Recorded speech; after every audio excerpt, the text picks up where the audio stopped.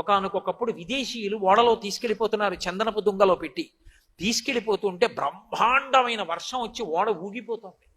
ఓడ ఊగిపోతున్న సమయంలోనే మధ్వాచార్యుల వారు ఒడ్డున వెళ్ళిపోతున్నారు. చూశాడు ఓడలో ఉన్నటువంటి విదేశీ నావికుడు, ఈ దేశంలో మహాత్ములు అంతటి గొప్పవారు ఉంటారు, ఎవరో వెడుతున్నారు ఒడ్డునని ఓడలోంచరిచాడు, అయ్యా రక్షించండి రక్షించండి, ఓడ మునిగిపోతోంది తుఫాన్లోనని. విన్నారు మధ్వాచార్యుల వారు, ఉత్తరీయం తీసి ఒక్కసారి ఇలా ఊపారు, అంతే తుఫాన్ ఆగిపోయి ఓడ నిలబడింది.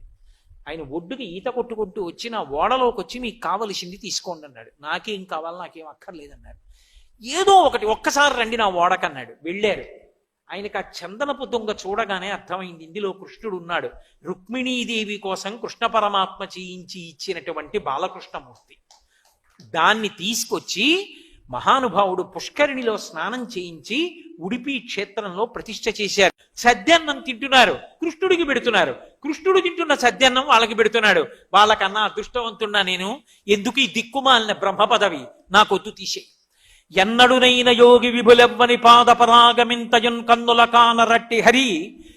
మహానుభావుడు ఆయనతో తిరుగుతున్నటువంటి ఈ గోపాల బాలకులలో ఎవరిదైనా ఒక్కడి పాద రేణువులు నా తల మీద వేసుకునే అదృష్టమి, నాకు ఈ బ్రహ్మపదవి తీసేయి. అహోభాగ్యం అహోభాగ్యం నందగోప వ్రజౌకసాం యన్మిత్రం పరమానందం పూర్ణం బ్రహ్మ సనాతనం అంటాడు వ్యాసుడు మూలంలో.